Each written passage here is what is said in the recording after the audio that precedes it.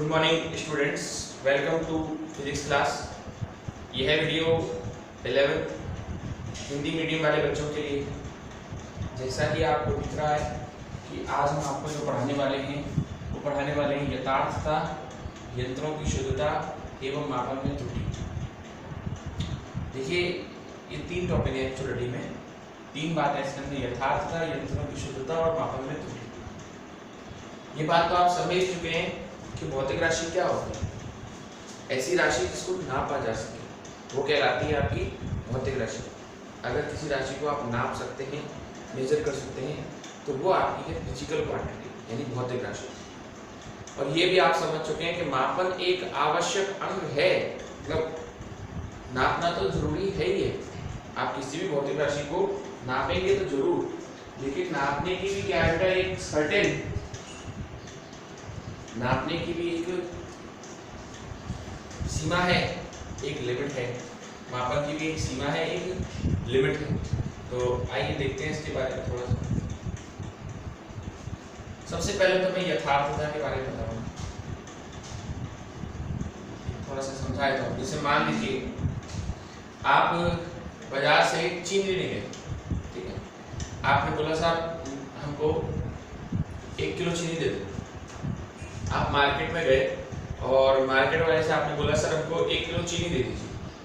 आपने उससे 1 किलो चीनी मांगी, वो आपको वजन करके देगा, तोल के देगा।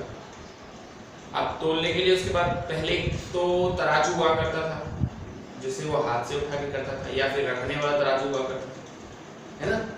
तो वो जो तराजू होता था, उस तराजू में बीच में वो होता था, क्या कहते हैं, बीच में जब तक स्केल मेजर नहीं होता था उसकी रीडिंग नोट लेते नहीं थे।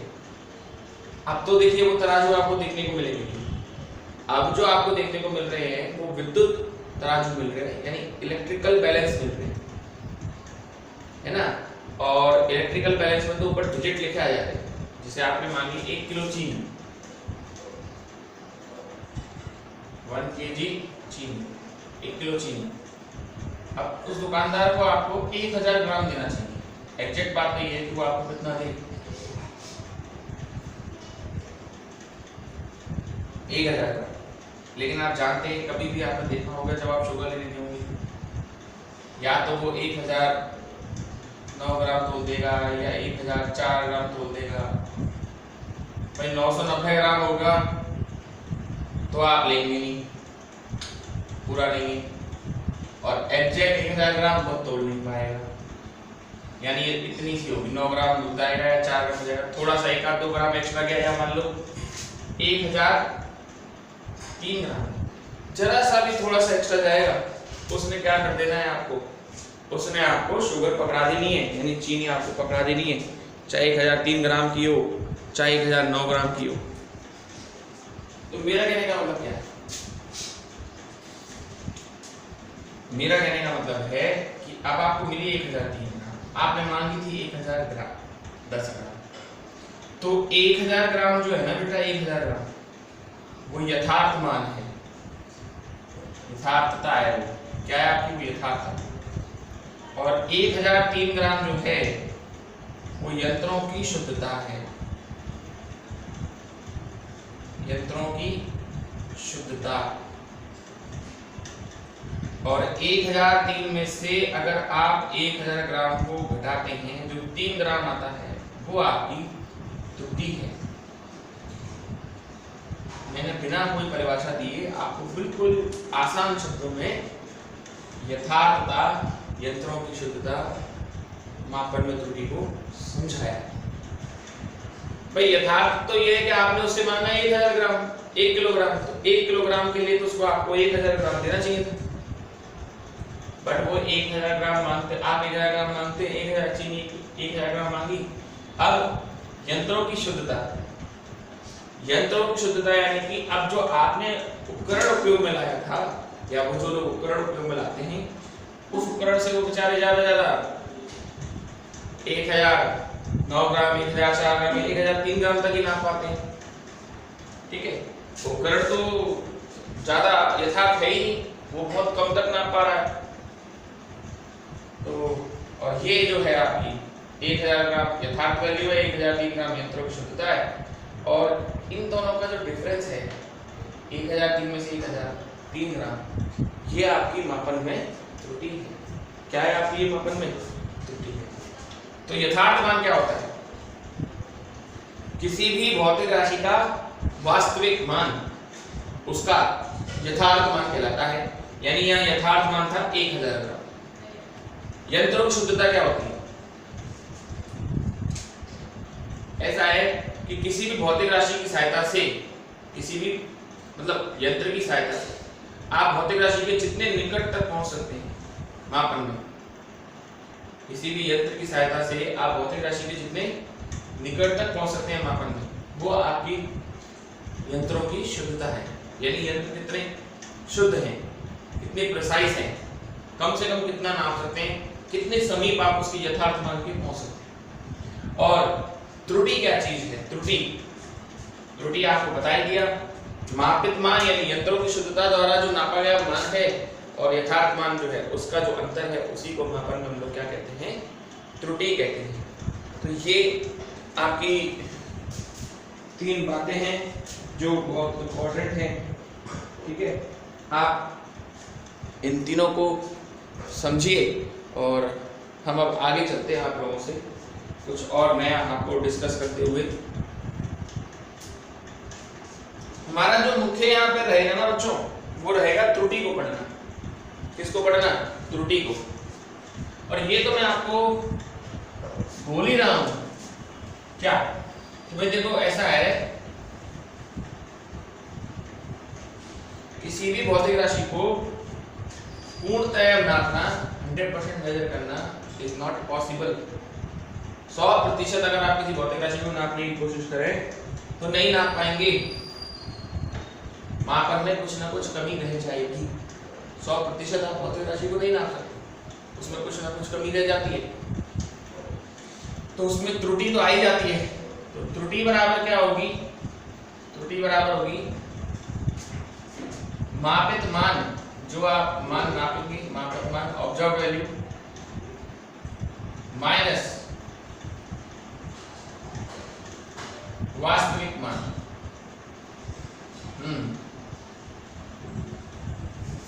ये है त्रुटि। भौतिक राशि के मापित मान और वास्तविक मान के अंतर को ही हम त्रुटि कहते हैं।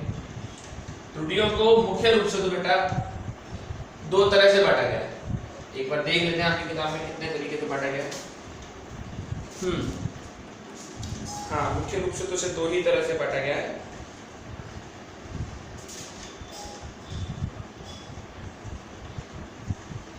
एक लीज काउंट कर रहा है और है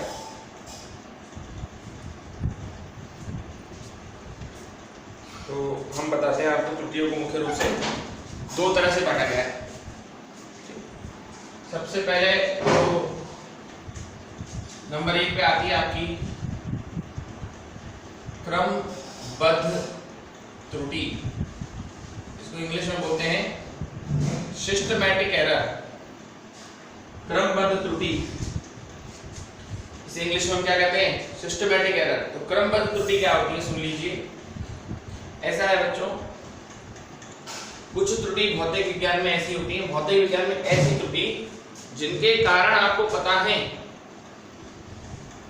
जिनके कारण, बहुत ढंग से सुनिएगा, ऐसी त्रुटियां जिनके कारण हमें पता है तथा जिन्हें हम अपने प्रयोग में कम कर सकते हैं, जिनके कारण हमें पता है तथा जिन्हें हम अपने प्रयोग में क्या कर सकते हैं? कम कर सकते हैं, क्रमबद्ध त्रुटियां कहलाती हैं।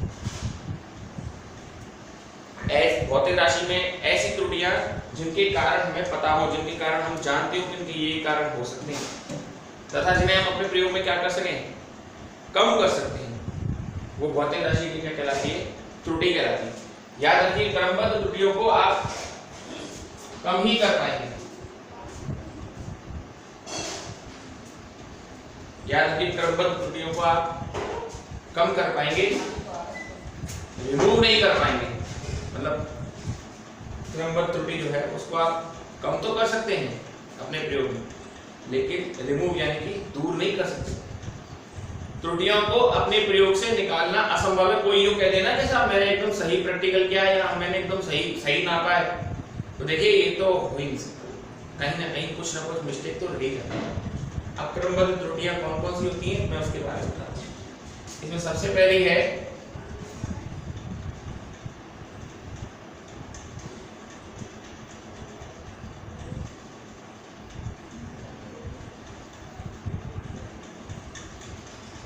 यंत्रों के कारण त्रुटि। हाँ जी, यंत्रों के कारण त्रुटि क्या होती है? ऐसा है किसी भी भौतिक राशि का मापन करने के लिए आप जो यंत्र, किसी भौतिक राशि का मापन करने के लिए आप जो यंत्र उपयोग में ला रहे हैं वो यंत्र ही अच्छा ना हो। जैसे अभी थोड़ी देर पहले मैंने आपसे कहा था कि जैसे आप इलेक्ट्रॉनिक बैलेंस लेके आए थे, उससे पहले आप नॉर्मल वाला तराजू उपयोग में लाए थे, उसमें तो ज्यादा गलती थी ना, उसमें तो पता ही नहीं चलता था कितने ग्राम एक्स्ट्रा गया, है ना। तो जो यंत्र हम भौतिक राशि में उपयोग में लाते हैं वही अच्छे ना हो, बैड कैलिब्रेशन यानी कि वो सही ना लिखे हुए हों, सही तरीके से अच्छी तरीके से मापन नहीं कर पाते हैं, या उनका डिजाइन बहुत अच्छा ना हो, तो इस तरह की जो त्रुटि आती है वो यंत्रों के कारण आती है। और यंत्रों के कारण त्रुटि को आप कम कर सकते हैं, अच्छी से अच्छी क्वालिटी के यंत्र उपयोग में ला सकते हैं, बढ़िया से बढ़िया क्वालिटी के यंत्र उपयोग में लाइए, और अच्छी क्वालिटी के यंत्र अगर आप उपयोग में लाएंगे तो इस त्रुटि को आप कम कर सकते हैं। ठीक है, तो पहली जो त्रुटि थी आपकी यंत्रों के कारण त्रुटि, और दूसरी जो त्रुटि है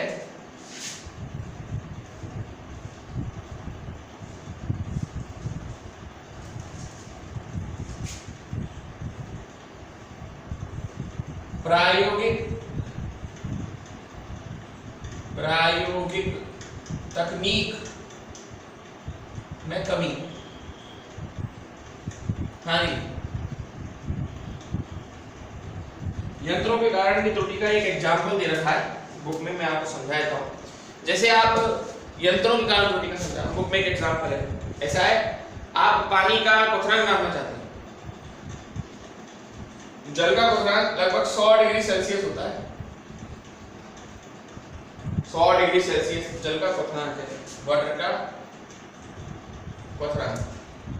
अब जल का क्वथनांक 100 डिग्री सेल्सियस और आप इसे नापना चाहते हैं, और नापने के लिए आपने थर्मामीटर उपयोग में लाया है। क्या उपयोग में लाया? थर्मामीटर, और थर्मामीटर आपको 104 बता रहा है, 104 डिग्री सेल्सियस, 100 डिग्री सेल्सियस है, थर्मामीटर आपको कह रहा है कि 104 डिग्री सेल्सियस आपको चाहिए, 104 डिग्री सेल्सियस बता रहा है, तो ऑब्वियस बात है थर्मामीटर गलत बता रहा है, क्योंकि होता 100 है, 4 डिग्री सेल्सियस की इसमें त्रुटि है, थर्मामीटर में कहीं ना कहीं कोई कमी है। हाँ, अब मैं कह रहा था प्रायोगिक तकनीक में कमी। तो प्रायोगिक तकनीक में कमी क्या होती है? देखिए ऐसा होता है कि हम कोई प्रैक्टिकल करते हैं और हमें उस प्रैक्टिकल को करने का तरीका ही नहीं पता। जैसे मान लीजिए बुखार नापते हैं आप लोग, तो बुखार कैसे नापते हैं? एक तरीका तो ये कि साहब यहाँ लगा दो थर्मामीटर, एक तरीका ये कि आप सब जीभ के नीचे लगा दो। तो मैं आपको बताऊं, अगर आप यहाँ बगल में भुजा के नीचे, अपनी भुजा के नीचे लगाएंगे, आर्म पिट के अंदर लगाएंगे, आर्म पिट बोलते हैं बेटा इसको, और या अपनी जीभ के नीचे लगाएंगे, दोनों बार पाठ्यांकों में यानी रीडिंग्स में फर्क आएगा। मान लो भुजा के नीचे आ रहा है 99 डिग्री सेल्सियस, कितना आ रहा है? 99 डिग्री सेल्सियस, और जीभ के नीचे आ रहा है 101 डिग्री सेल्सियस। अब कौन सा सही है? हमें देखा होगा डॉक्टर तो अक्सर जीभ के नीचे नापते हैं, और अब तो दूसरे वाले भी आ गए जो दूर से नाप लेते हैं, इंफ्रारेड वाले। तो ऐसा है बच्चों, देखिए ये वाला गलत है और ये सही है, क्योंकि जीभ हमारे शरीर के अंदर है, हमें शरीर के अंदर का ताप निकलवाना है, ना कि शरीर के बाहर का ताप। हालांकि ये भी थोड़ा सा अंदर पड़ जाता है, बट आर्म पिट्स में यानी कि बगल में रखने पर जो टेम्परेचर आएगा वो 99 डिग्री सेल्सियस, और बाहर से नापेंगे वो 101 डिग्री सेल्सियस रहेगा। यानी सामान्य सी बात है कि आप जो सही तकनीक तो ये है कि आप जीभ के नीचे रख के नापें। तो प्रायोगिक तकनीक में कमी होगी तो उसकी वजह से भी ये त्रुटि आ जाती है। और भी बहुत सारी चीजें, जैसे किसी प्रयोग को हवा प्रभावित कर रही है, किसी प्रयोग को ह्यूमिडिटी प्रभावित कर रही है ना, उसका भी इसमें ध्यान देते हैं। जैसे सोना तोलता है ना सोना, तो सोना तोलने के लिए अगर मान लो 1-1 ग्राम की कीमत होती है उसमें, कैसे तोलता है वो? उसको एकदम बंद करके तोलता है ताकि हवा उसमें ना आए बिल्कुल भी, है ना। आपने कभी देखा हो सोने को तोलते हो तो बिल्कुल एकदम बंद क्लोज होता है उसका जिसमें वो तोलता है। नहीं तो 1 ग्राम एक्स्ट्रा चला जाएगा, उसकी तो हालत खराब हो जाएगी। तब 10 ग्राम की कीमत 50,000 रुपए है, तो 1 ग्राम 5,000, 1 ग्राम भी अगर एक्स्ट्रा चला गया तो नकद आ जाएगी। एक क्या वो पॉइंटों में नापता है वो तो। हाँ जी, अब तीसरा आपका है पर्सनल एरर, यानी कि व्यक्तिगत त्रुटि।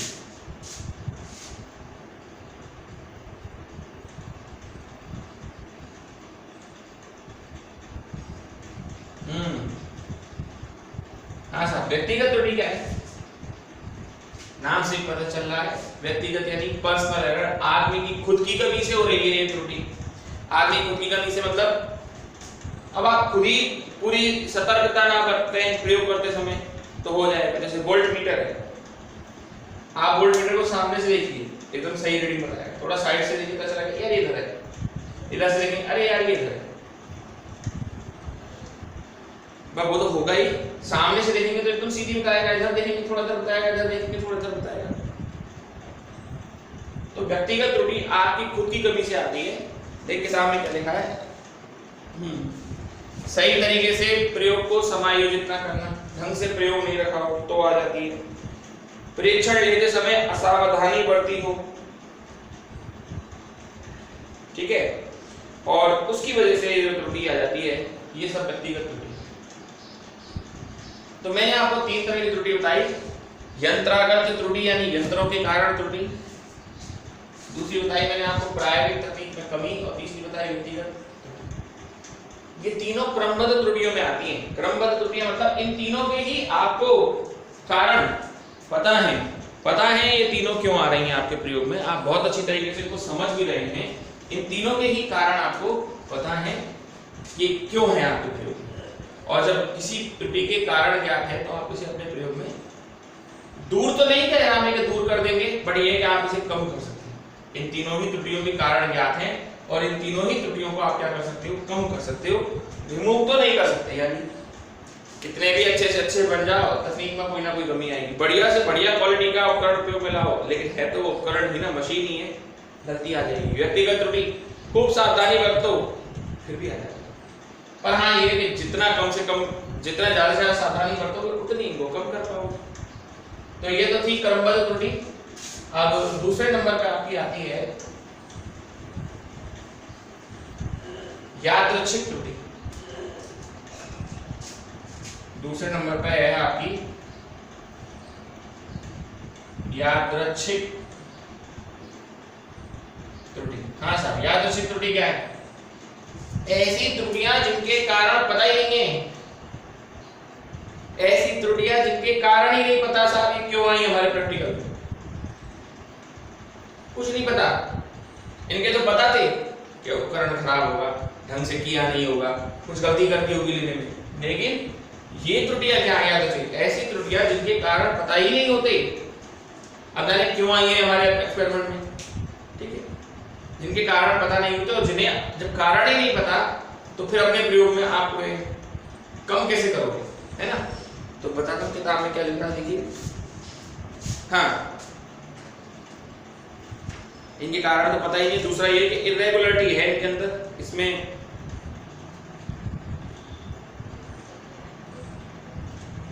अब देखिए आपके घरों में वोल्टेज आती है, किसी प्रयोग को करने के लिए लिखा हुआ 220 वोल्ट। अब आप जानते हैं 220 वोल्ट आती नहीं है, कभी कम आएगी कभी ज्यादा आएगी। अब कम ज्यादा अगर वोल्टेज होगी तो ऑब्वियस बात है आप जो प्रैक्टिकल कर रहे हो वो सही कहाँ होगा, उसमें भी कुछ ना कुछ गलती होगी। तो यादृच्छिक त्रुटियों के कारण हो सकते हैं डिस्टरबेंस इन वोल्टेज सप्लाई, तापमान भी उसकी गलती हो सकती है, मैकेनिकल वाइब्रेशन हो सकती है, बहुत सारी है। लेकिन हाँ ये बात आ रही है सब अब क्रमबद्ध त्रुटियों को तो आप कम कर लेते थे कि चलो यार इसको तो कम कर लेते थे, पर यादृच्छिक त्रुटियों को कैसे कम करें? तो बच्चों ऐसा है, यादृच्छिक त्रुटियों को कम नहीं किया जा सकता, लेकिन हाँ ये हो सकता है कि आप एक ही प्रैक्टिकल को कई बार करें। अगर आप एक ही प्रयोग को कई बार सेवरल टाइम्स दोहराएंगे, इसमें क्या होगा, एक ही प्रयोग को कई बार दोहराना है आपको, और एक प्रयोग को जब आप कई बार दोहराएंगे तो इस त्रुटि को काफी हद तक कम कर लेंगे, काफी हद तक कम कर लेंगे। मैं बताता हूं आपको कैसे। जैसे कोई प्रैक्टिकल करना है आपको, है ना? अब जैसे गुरुत्वीय त्वरण का मान निकालना है, किसका मान निकालना है? गुरुत्वीय त्वरण। तो आप ऐसा आपने पहली बार प्रैक्टिकल किया और आपका मान निकला 9.73, दूसरी बार प्रैक्टिकल किया आपका मान निकला 9.78, तीसरी बार प्रैक्टिकल किया 9.83, चौथी बार किया 9.84, 9.85।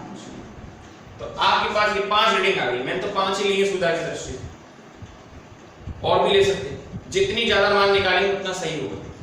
आपने पहली बार प्रैक्टिकल किया 7.3 आ रहा, लास्ट बार प्रैक्टिकल किया 8.5 आ रहा, इतना फर्क मिल जाता है। आप कौन सा सही मानेंगे, 7.3 या 8.5? आप कहोगे सर 9.8 होता है, 9.85 के आसपास ही होता है, लेकिन आप कौन सा सही मानेंगे भाई? 9.85 जो होता है वो तो मापित, वो तो एग्जैक्ट वैल्यू है उसकी, यानी वास्तविक मान। लेकिन जब तुम करने बैठे तो तुमको ये समस्या महसूस हुई, 5 बार किया तुमने, 5 बार अलग अलग मान आया। तो ऐसा है बच्चों, अगर यादृच्छिक त्रुटि को आपको कम करना है तो किसी भौतिक राशि को कई बार उसके मान निकालना है, और सब बार मान निकाल के आपको उसका आपको मीन वैल्यू, माध्य मान निकाल देना है। जैसे मान लीजिए किसी भौतिक राशि के मापित मान है A1, A2 and so on A, तो माध्य क्या होगा? माध्य होगा A1 plus A2 plus A3 plus, ऐसे चलते रहेंगे, प्लस AN। कितने का भाग लगेगा इसमें? N। ये भाई साहब आपका माध्य मान। माध्य मान को हम लोग भौतिक राशि का वास्तविक मान भी कहते हैं बच्चों। और ये क्लियर मान के चलिए कि आप ये मान के चलिए कि भाई देखिए यादृच्छिक त्रुटियों को कम तो नहीं किया जा सकता, लेकिन हाँ यादृच्छिक त्रुटियों को आप थोड़ा बहुत कम करना चाहते हैं तो एक ही प्रैक्टिकल को कई बार रिपीट कीजिए, ठीक है? तब थोड़ा सा आपको करना है, और फिर माध्य मान निकाल दीजिए, उससे उसका वास्तविक मान मान लीजिए। आज का जो लेक्चर रहा है वो थ्योरेटिकल लेक्चर रहा है, जिसमें त्रुटियों के बारे में आपको समझाया गया है। आप इसको कई बार देखिए वीडियो को, आपको ये समझ में आ जाएगा। Okay, that's all for today. आज के लिए बहुत है बच्चों।